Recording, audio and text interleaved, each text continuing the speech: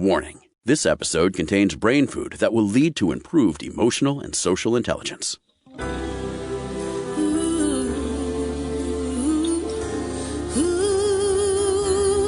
Give us 1 hour and we'll help you change the way you think about happiness. Harvesting Happiness with Lisa Cypers Kamen is fresh, optimistic, and purpose-driven media that promotes well-being from the inside out. Each week, Lisa spotlights diverse trendsetters and change agents who are the greatest contemporary thinkers and doers, devoting their lives to creating a better world in which to live. Your host, Lisa Cypers Kamen, is a widely recognized applied positive psychology expert, author, documentary filmmaker, and lecturer specializing in optimal lifestyle management. Let's get to it. Here's Lisa. Good morning, good afternoon, and good evening, wherever you are. Thanks for joining us on today's show, where you will learn how to see beyond Alzheimer's, guidance for patients and caregivers. My first guest is Dr. Andrew Buttson. Dr. Buttson majored in chemistry and philosophy at Haverford College before receiving his medical degree from Harvard Medical School. Dr. Buttson is a professor of neurology at Boston University, lecturer in neurology at Harvard Medical School, and Chief of Cognitive and Behavioral Neurology at the Veterans Affairs Boston Healthcare System. His career combines education, research, and clinical care to help those with memory disorders. We're talking about his newest book, 6 Steps to Managing Alzheimer's Disease and Dementia, a Guide for Families. Welcome, Andrew. Thanks for joining us on the show today. It's a pleasure to be here. Thanks for having me. Oh, well, this is a subject that many of us who have aging parents and many of us who are aging ourselves have concern about in terms of dementia, memory loss, and Alzheimer's. And I think any of us who have parents in any of those categories will be anxious to hear what you have to share. Let's talk about understanding dementia a bit first and the different kinds of dementia. Absolutely. So the first thing I always like to explain is that dementia is actually sort of the general umbrella term that simply means that thinking and memory has deteriorated to the point that it interferes with day-to-day function. And so Alzheimer's disease is the most common cause of dementia, but there's other types as well. There's dementia that can come on with Parkinson's disease, which is very similar to dementia with Lewy bodies. There can be vascular dementia, which is dementia due to strokes. There can be frontotemporal dementia that tends to affect either behavior or language first. And believe it or not, there's others as well. Wow. Scary, scary, scary is what I have to say. But, that's just me. Let's talk about when we have a loved one that has received one of these diagnoses and the challenges that exist for the patient and the loved one and the family members. Yeah. There are different challenges that occur at different places along the way. And that's one of the reasons that, we wrote sort of a fairly comprehensive book, is so that families can sort of turn to different parts of it when they're at different stages. The first thing is often just the acceptance, the sort of realization that something is wrong. And it's different than normal aging, because, of course, there can be some changes in memory that occur with normal aging, but they shouldn't be interfering with day-to-day function. And when that happens, we really know that something is wrong.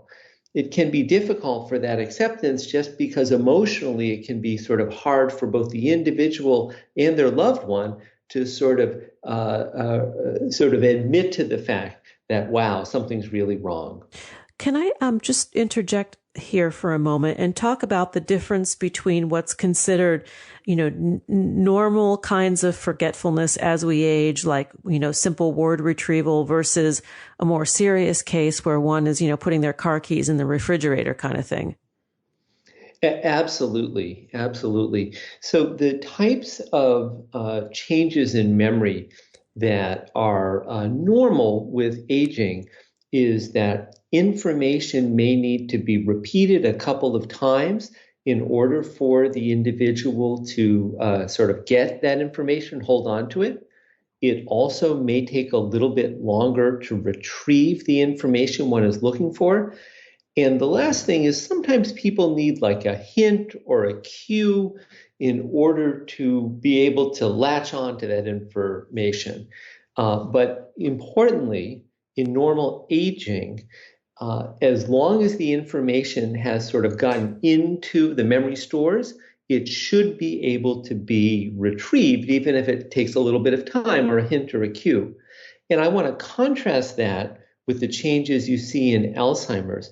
In Alzheimer's, what happens is there becomes sort of like a hole in the memory file cabinet. And because of that, even when information is repeated, even if you wait a little bit of time or you give a hint or a cue, the information cannot be retrieved. And that's really what's not normal. Wow. And what about the diagnosis process? How simple is that to understand which of these dementias someone might have? Yeah. So I always recommend that people start by going to their primary care doctor if they're concerned about themselves or a loved one. And the primary care doctor should, take a history of the memory problems that are occurring. They should do at least a brief, 5-10 minute pencil and paper testing. And there should be some blood work taken to look for, say, thyroid disorders or infections like Lyme disease, vitamin deficiencies, for example, in vitamin D and vitamin B12. And then finally, there should be some type of a brain scan, either an MRI scan or a CAT scan, to look for big strokes or tumors or surprises that we might see in the brain. And as long as the primary care doctor can do all those things, then that's the place to start. Now, sometimes primary care doctors don't feel comfortable doing all those things, which is fine. And then the individual can be referred to a specialist, which usually would be a neurologist, psychiatrist, geriatrician, or neuropsychologist, and hopefully one of those individuals who specializes in late life disorders of memory.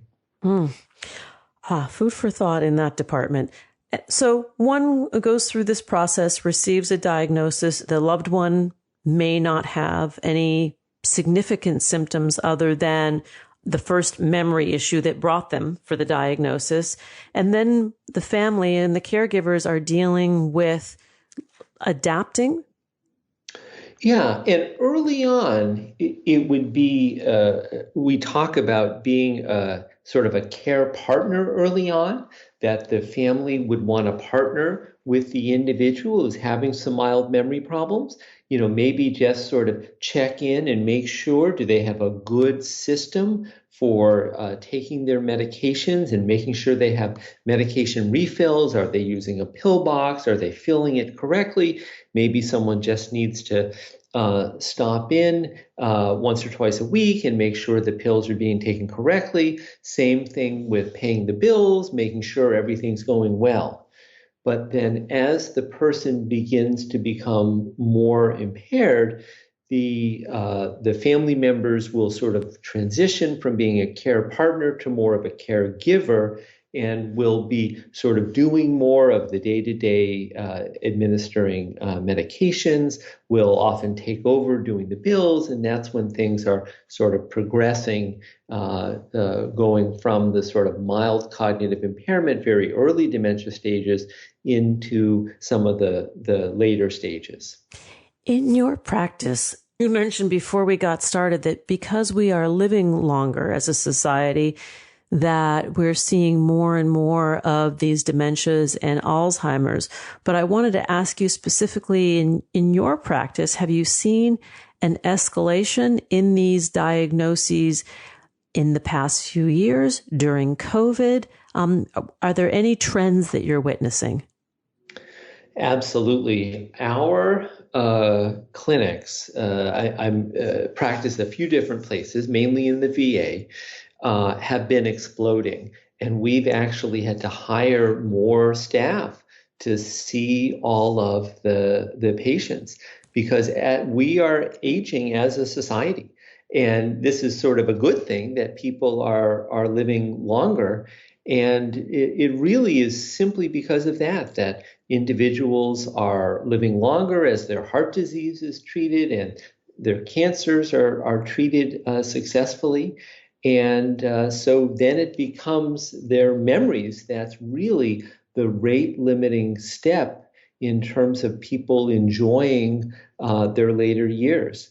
And, I feel very strongly that we need to do everything that we can to help people because I hate to see it when someone has, worked hard, their whole life and now they're ready to spend retirement with their spouse and do enjoyable activities. And one of them ends up with Alzheimer's disease. So it's really important we all do everything we can, including live a healthy lifestyle to try and hopefully prevent the onset of diseases of memory.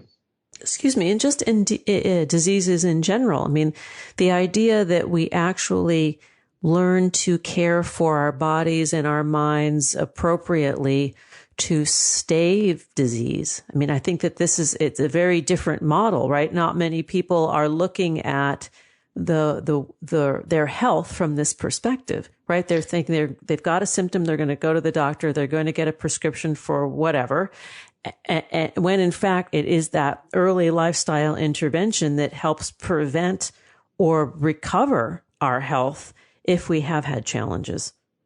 Absolutely. And I think that it's often the doctors who have been a little bit slow on the uptake, but we're finally catching on that we really need to move from sort of a disease model of healthcare to a health model of healthcare, that we all need to work to stay healthy from the beginning, because we now understand that it's much better for your body to prevent or treat things like high blood pressure and high cholesterol and diabetes by eating a healthy diet, by exercising regularly, by maintaining a healthy body weight.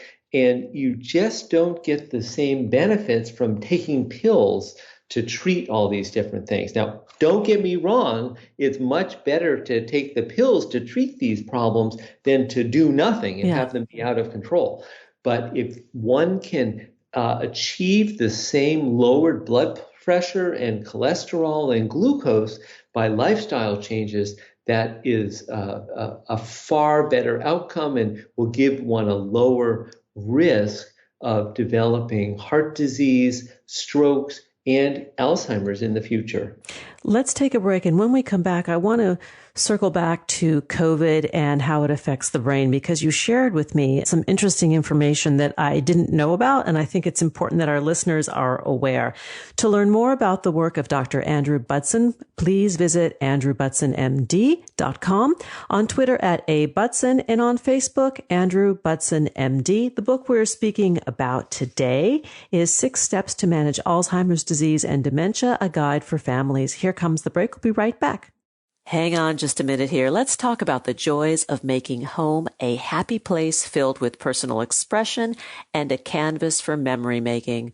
My home is the hub of my family.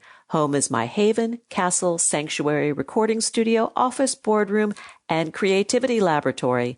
Get your home autumn ready for cooler temps and cozy gatherings now. Joybird's fall sale is here. Joybird offers crisp, modern, customizable furnishings and accessories for every space. Joybird is furniture that fits your style in a wide variety of vibrant and durable designs. It's like visiting a virtual candy store for your home with more than 18,000 customized options to help you express your one-of-a-kind style. Recently, I bought and await delivery of Joybird's Soto chair for the perfect spot next to the fireplace in my bedroom. I can't wait to snuggle up with a good book and a crackling fire. Don't know where to start? Joybird's design specialists are standing by to help you make your vision a reality for free. Ordering online has never been easier or more fun. From design to customer care, Joybird has you covered. Joybird furniture stands by its quality and craftsmanship. If it's not everything you'd hoped for, send it back within 90 days. Each piece is made with incredible care using responsibly sourced materials that are free of harmful chemicals. Joybird is also committed to a more sustainable future by partnering with groups like One Tree Planted to help conserve and restore Earth's precious natural resources. Simply put, Joybird furniture is made with top-notch stain and scratch-resistant fabrics and comes with a limited lifetime warranty. Joybird furniture can handle anything your family throws at it, literally. Create a space that brings you joy with Joybird. Visit joybird.com/happiness and get 30% off your purchase. That's 30% off at joybird.com/happiness. Now let's take that pause. We'll be right back, and that is a promise. To learn more about cultivating sustainable well-being at home and the office, visit harvestinghappiness.com and explore Lisa's experiential on-site brain fitness workshops, corporate programming, and speaking engagement services.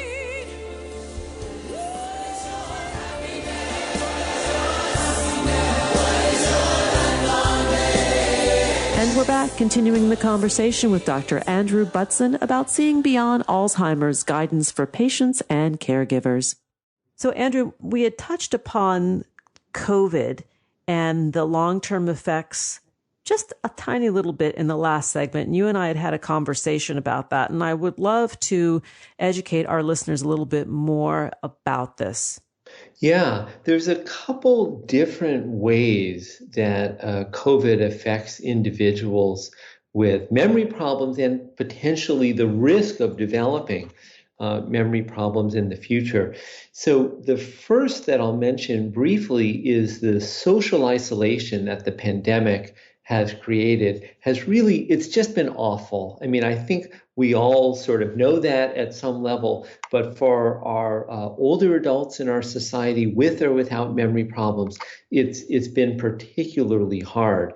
Social isolation is an independent risk factor for the development of Alzheimer's disease. So obviously this alone is one reason that we do expect to see greater numbers of Alzheimer's disease in the future. And for the individuals who already have memory problems, whether due to Alzheimer's or another cause of dementia, it really has often just been horrible, particularly in the beginning before the vaccines. They're asked to stay in their room. Many of them are confused, and they really do much better being in a group and doing group activities. It's been very, very hard. But one of the interesting scientific aspects that people are doing research on right now is whether if you had COVID, would this possibly make you more at risk for developing Alzheimer's disease in the future? And I want to state clearly that we do not know the answer to that question. We really are going to have to sort of look over time and see what happens. But there are researchers who are looking at the fact that COVID is a virus that does affect the brain. It affects the nervous system. Some people can have a direct effect on the brain, but many people, even if it didn't hit their brain directly, it hits it indirectly. So the loss of smell that is so common with COVID is actually from the olfactory nerve being infected with COVID.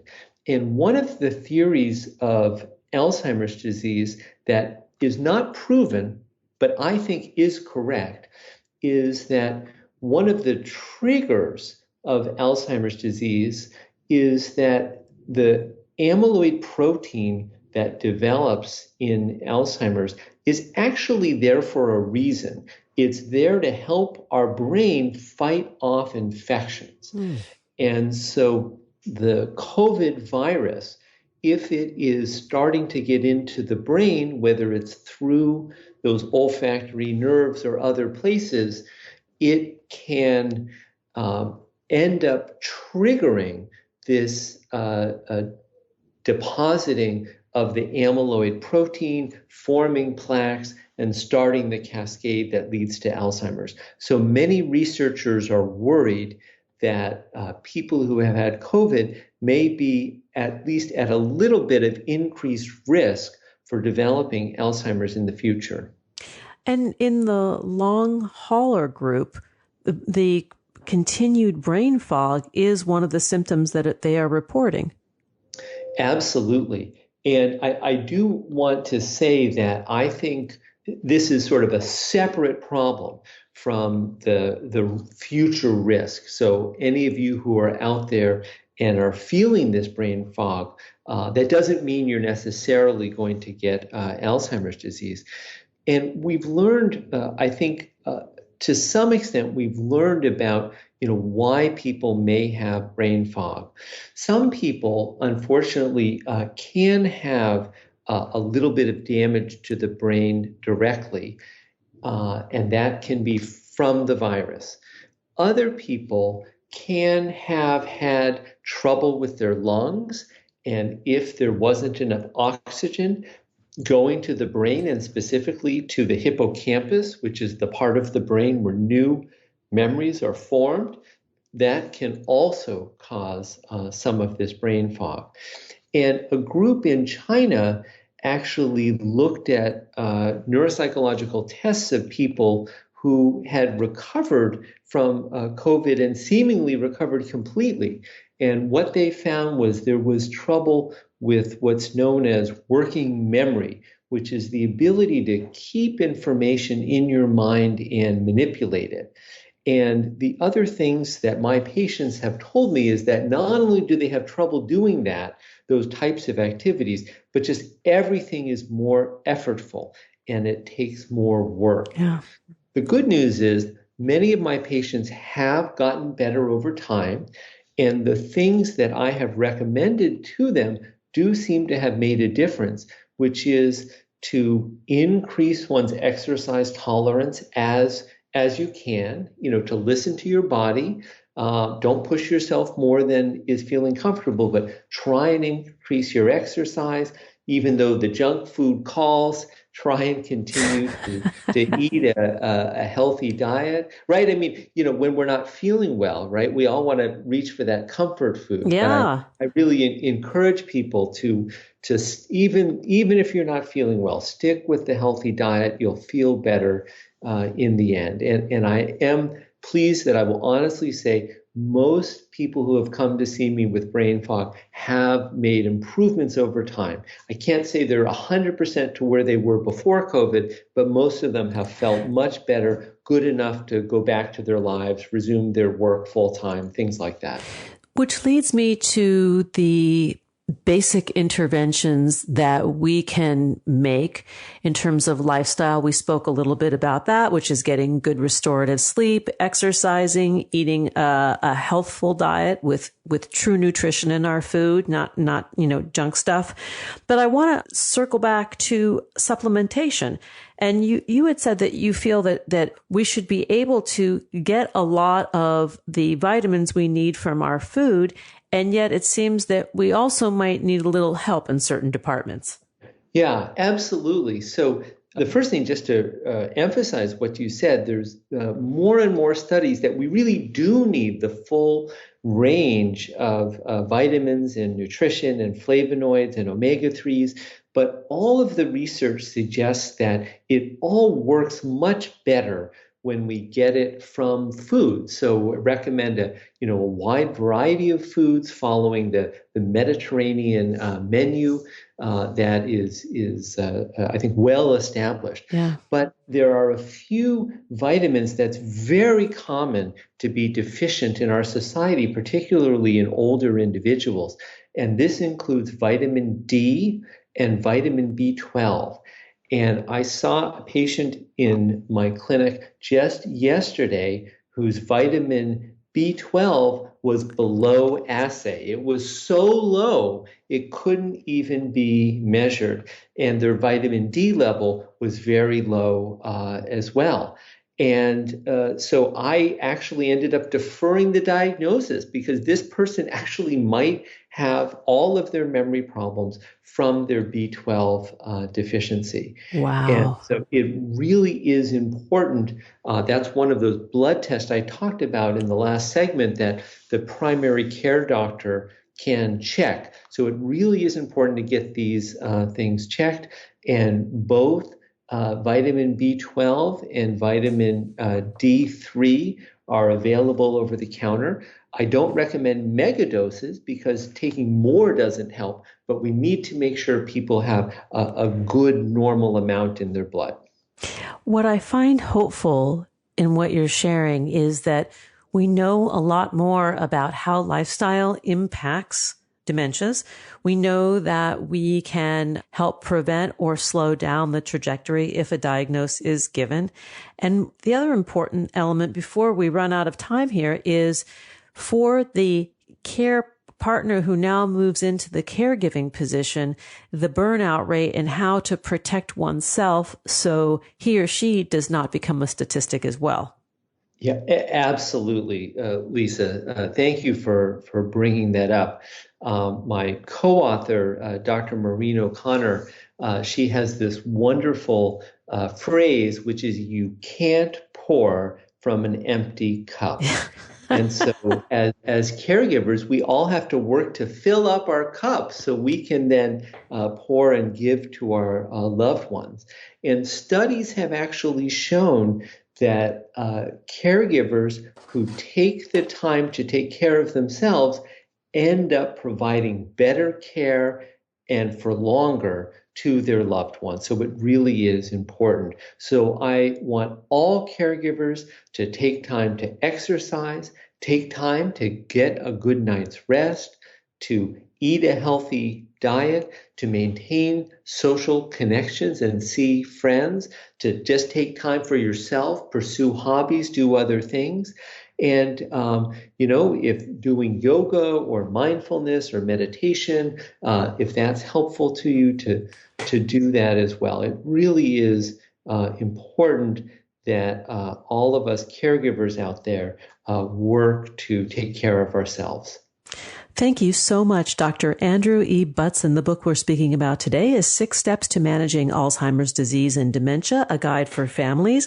To learn more about Andrew's work, please visit andrewbutsonmd.com. On Twitter, you can find him at @abutson, and on Facebook, Andrew Buttson, MD. Thanks so much for sharing your wealth of knowledge with us and educating us. These are things that we need to know. We need to learn and not be scared to confront. Yes, thank you so much. We'll jump off for that quick break and we'll be right back. That's a promise. Did you know that happiness is actually good for your health? Happy people live longer, are more productive, and make better partners, parents, and professionals. Connect with us on Facebook at Harvesting Happiness and follow Lisa on Twitter at Lisa Kamen for a daily dose of inspiration.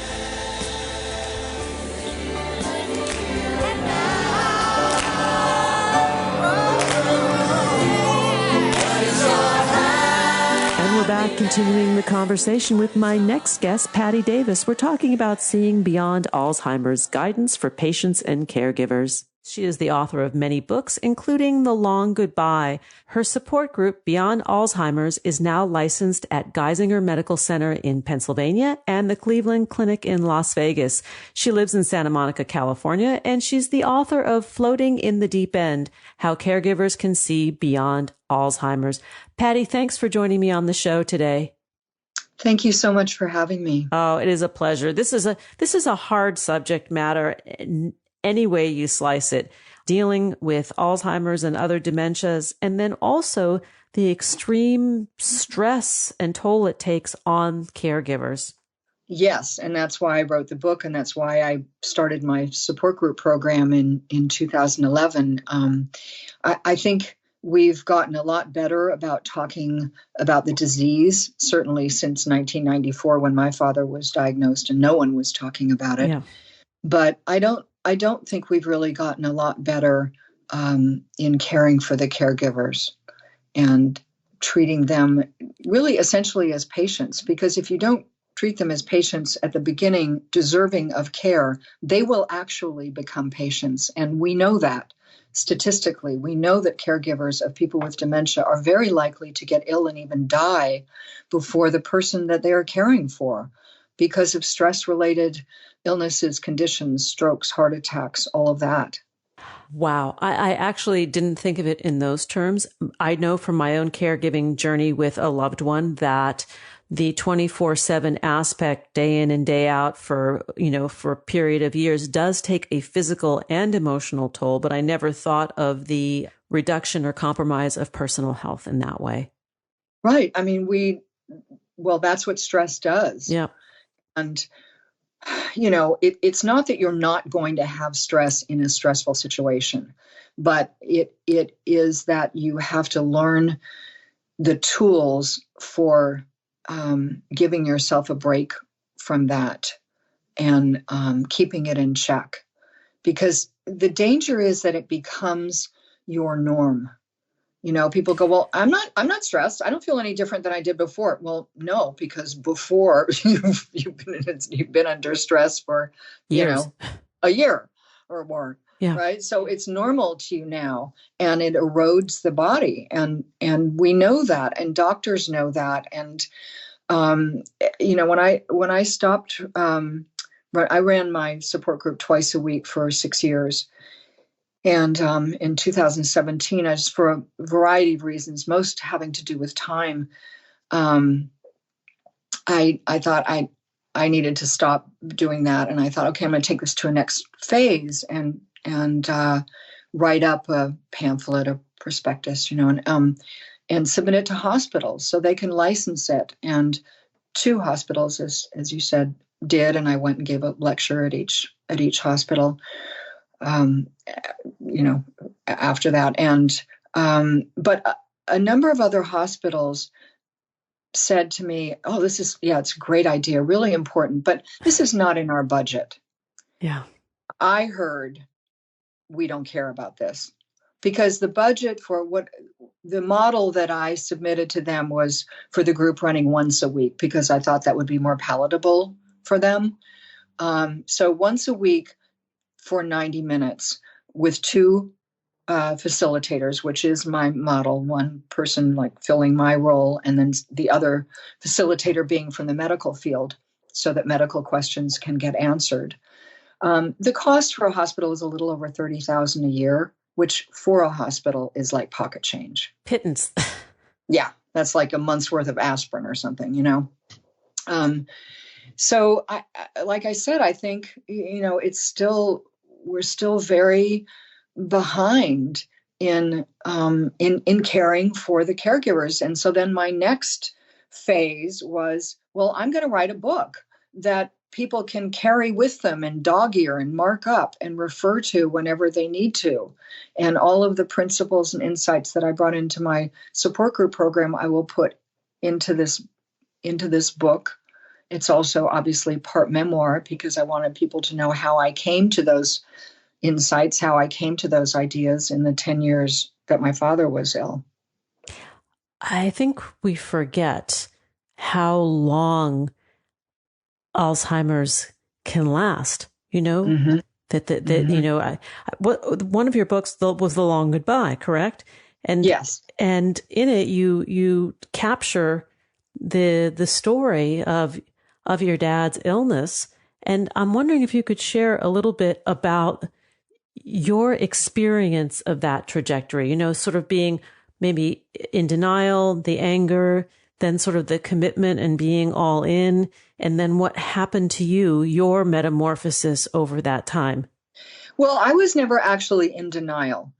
I mean, my father was sort of kind of diagnosed in 1989. I write about this in Floating in the Deep End, when he fell off the horse, had an accident and hit his head, and he had bleeding on the brain. So they obviously did a brain scan, and they saw a plaque on his brain.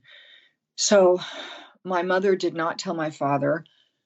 She didn't tell me or anyone else. She told Ron, my brother, and then he told me, but he told me, you're not supposed to tell anybody else because our father doesn't know. my family's exhausting with secrets. It's like just exhausting. God. It's even exhausting just explaining that. Yeah. I just thought I need a nap. And so, but they obviously didn't do a full workup on him because he would have known that something's wrong. So they saw plaque on his brain. But that sort of hovered outside of my reality. I mean, it was there, but it was not there. And I know now, I don't think I knew then, but I know now that there are people who have brain scans for whatever reason, usually an injury, I suppose, and plaque is seen on their brain, who may never develop symptoms. You know, the brain is very mysterious, and dementia is very mysterious. So anyway, that was kind of hovering there. And then in 1994, the actual diagnosis was made, and my mother told me, and then she told me that he was putting this letter out and telling the world. And I, as I write in this book, I was in a very dark period of my life. I was running away from an abusive relationship. I had sold my house in Los Angeles at the bottom of the market. I lost pretty much everything. I mean, I had no money. I moved to New York. I knew nobody in New York. And it was kind of like everything I touched went bad. And I really was at a place where I thought, I don't know that I want to live anymore. I don't know that I want to be here anymore.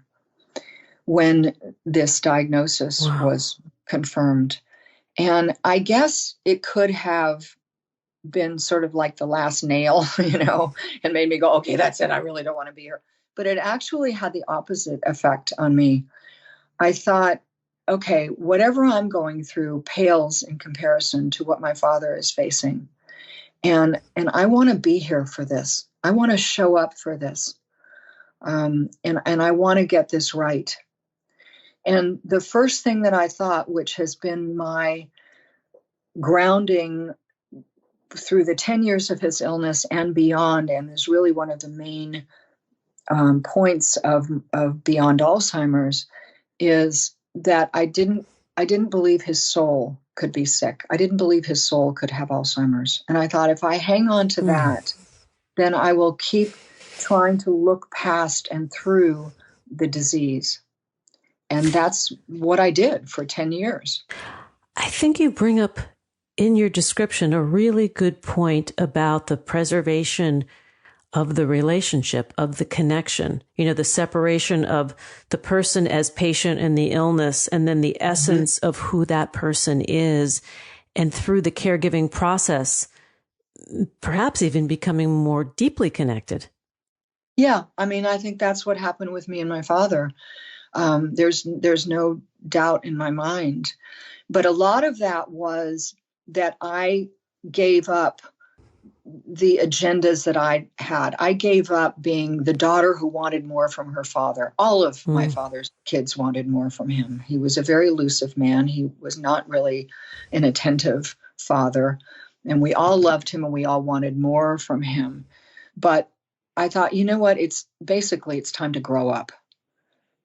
He was the father that he was. So you're going to have to show up here as an adult and be open to whatever happens, because I didn't know what was going to happen. I don't think anybody really does, even though we know more about dementia now than we did then.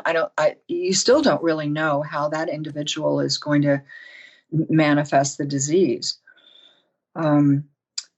So it was, so I never went through the denial stage. And I started writing The Long Goodbye pretty much at the very beginning, because I'm a writer and that's always going to be my refuge, but I wrote it in journal fashion because I wanted to write about it as I was going through it. Obviously not daily, because it would be 2,000 pages long, but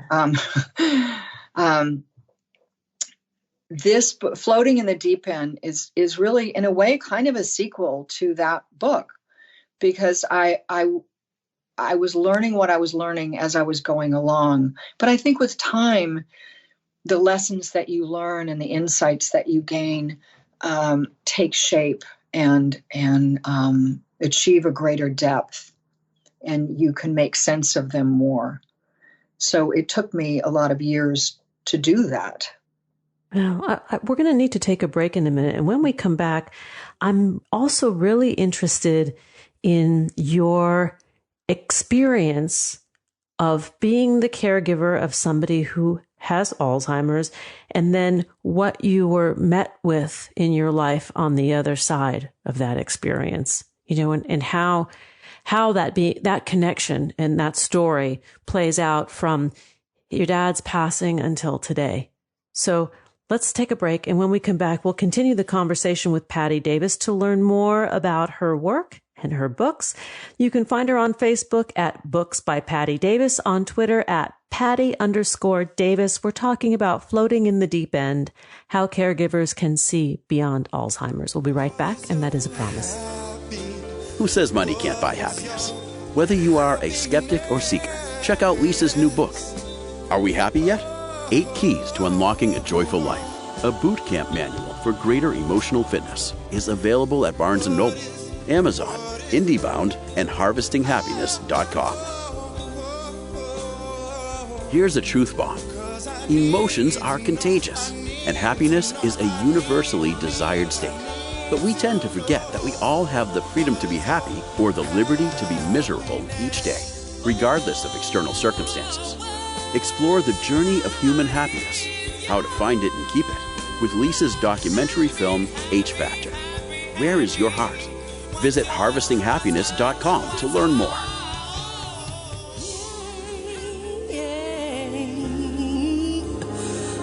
What is your happiness? And we're back talking with Patty Davis about seeing beyond Alzheimer's, guidance for patients and caregivers. Let's return to the conversation. Patty, during the break, I was remarking to you about the sense of you coming into your own or home to yourself through this process of caregiving for your father, and then the work that you've done subsequently in this field and in supporting and serving others. And I'm wondering if you could share with us a couple of the tools and strategies that you developed and how you communicate that to the people with whom you work. Well, one of the things early on that I decided on that was really important for me going through this was that there's always a different way of looking at things. There's always a different way of looking at that person who is ill. You can simply look at the fact that they're losing cognition, that their memory is failing, and stop there. I mean, I had people come in sometimes to the support group and start with, they're not there anymore. They're just gone. They're not, that person is not there anymore. And, I never want to tell people what they should or shouldn't think or feel, but I make exceptions to that. And whenever somebody said that, I would go, no, do not say that. Do not say that, and try not to think it, because then that's going to be your experience of the experience. There's that gets into the soul not having Alzheimer's, the soul not being sick. There is still a human being in there. There's still a human being with emotions, with desires, with needs. And if you open yourself to that, if you look at it differently, you will learn something different. And, I think that ends up being a life lesson. It became a really important lesson with me, with my mother, with whom I had a very difficult relationship, always very challenging. And I write about this in Floating in the Deep End, that I learned by employing that, I learned rather than to look at her with resentment for some of the things that she did, I learned to look at her with sympathy and with compassion, because she really was the architect for the fractures in our family. I mean, my father allowed it to happen and he went along with it, but she really was the architect of that. And so then she ends up later in life losing her soulmate, losing her husband to Alzheimer's without without a family folded around her. Not that we didn't want to be there, but she didn't know how to reach out to us. And none of us really knew how to be there because we didn't have a foundation for that, because we never had been that family. So rather than getting angry at her, and as I said, resentful with some of the things that she did, I learned to look at it differently. I learned to look at her with sympathy. And I think that's what takes you out of your own woundedness, by looking at it, by seeing that the other person is wounded too, and they don't even know it. Yeah. And when your dad passed, yes, was your mom able to not move beyond is not the right way to phrase this, but to see the situation from an elevated perspective, from a meta view? I don't think so. I think she was so entrenched in, who she had always been, that I don't really think so. Yeah, no, I don't think so. I mean, I was there a lot after my father died, and I didn't see any kind of profound change. And I think, that's what I've always told people about parents, whether it's the parent with dementia, because sometimes people think, okay, now that my parent has dementia, maybe some of the past problems and challenges will fall away and there'll just be love there. Well, sorry, if that hasn't been there before, dementia is not going to unveil that, right? Yes. Or if it's the other parent who isn't ill, and if that's, like in my situation, if that's who it's challenging. I mean, I'm not saying that sometimes people can never change. They of course can. I'm just saying it's not likely. Yeah. So you have to be the one to change. And you have to be the one to look at it from a different perspective. And, the business of caretaking is such an intimate, deep journey. It's not where you show up for your shift, right? Right. They're endless shifts. It just is. You're in it with that person. Yeah. And without adopting this sort of transformative or observant approach, I can see how it takes one out or can take one down. Yes. And I think to not be a prisoner of that means that you kind of have to work on it every day, emotionally and psychologically. I have told people a lot of times it's like emotional weightlifting. We go to the gym or we do whatever workout we do, and we train our muscles to do things that maybe sometimes they don't want to do. Well, it's the same thing with our emotions and with our psyche. We have to train ourselves to do things that we sometimes resist. The tendency, I think, particularly in the situation of dementia, being a caregiver for someone with dementia, is you think, this is my whole life. These are my prison walls, and I can't have any other life. I can't go out with my friends. I can't have fun. I can't laugh, which is ridiculous. How is sacrificing all that going to help the person you're caring for? It's not. And it's certainly not going to help you. So, you need to train those muscles to go, I can still grieve. I can still inhabit this situation that I'm in, but also have other aspects of my life. Which brings me to the point of laughter, right? You Yes. write about guilt and the balm of laughter. Yeah. Yeah. And I think, that's what's really valuable also about a support group is you're in a room with other people who are going through the same thing. And we laughed a lot in my support group. Listen, people with dementia sometimes do funny things. You're not laughing at them. In fact, once you start laughing, they'll start laughing. So you're actually laughing with them. Yes. But, you do want to be careful about who you talk to about this. If you talk to somebody who's not familiar personally with dementia and you say, oh my God, my loved one did the funniest thing, and you're laughing about it, they might think that you're a really cold person. So you want to be careful about yes, that. That makes perfect sense. Talk a little bit about caring for someone with Alzheimer's or other dementias when things get out of control, because those of us who have been in this situation understand that sometimes personalities can be flippy. Yeah.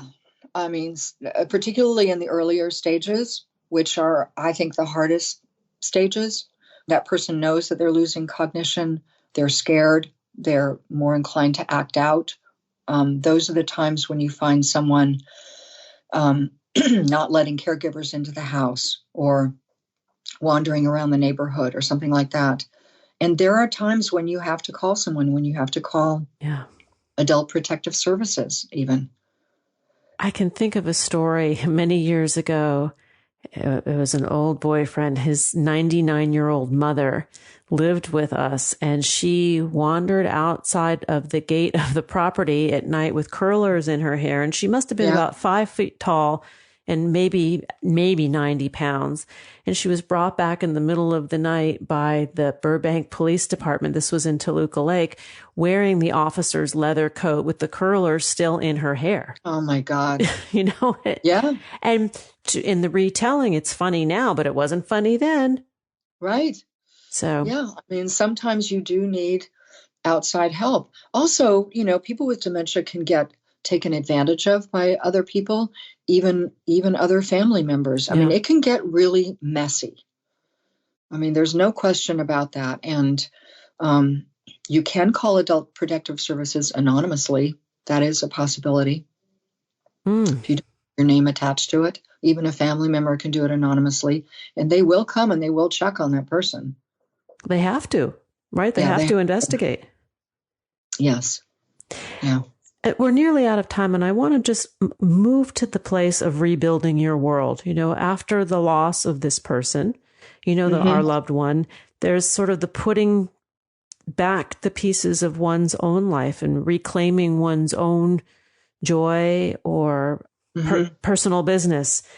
What is that experience like for you and the people that you've worked with over the years?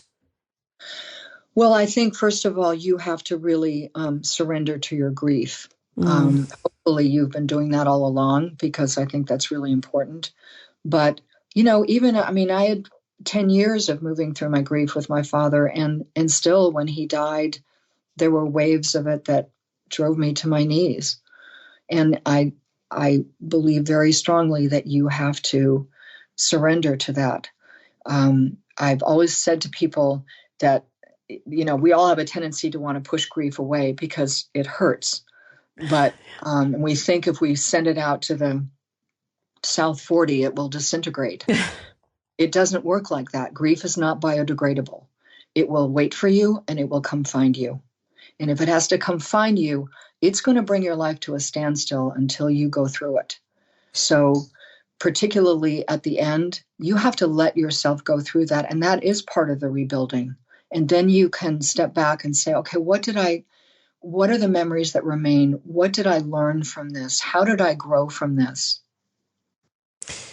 You know, as you describe this, I'm thinking, you know, the book is clearly about, you know, seeing beyond the Alzheimer's, but it's also about one's own personal journey, you know, as the caregiver, the evolution of each one of us when we go through this process, because we will. Each one of us is going to go through this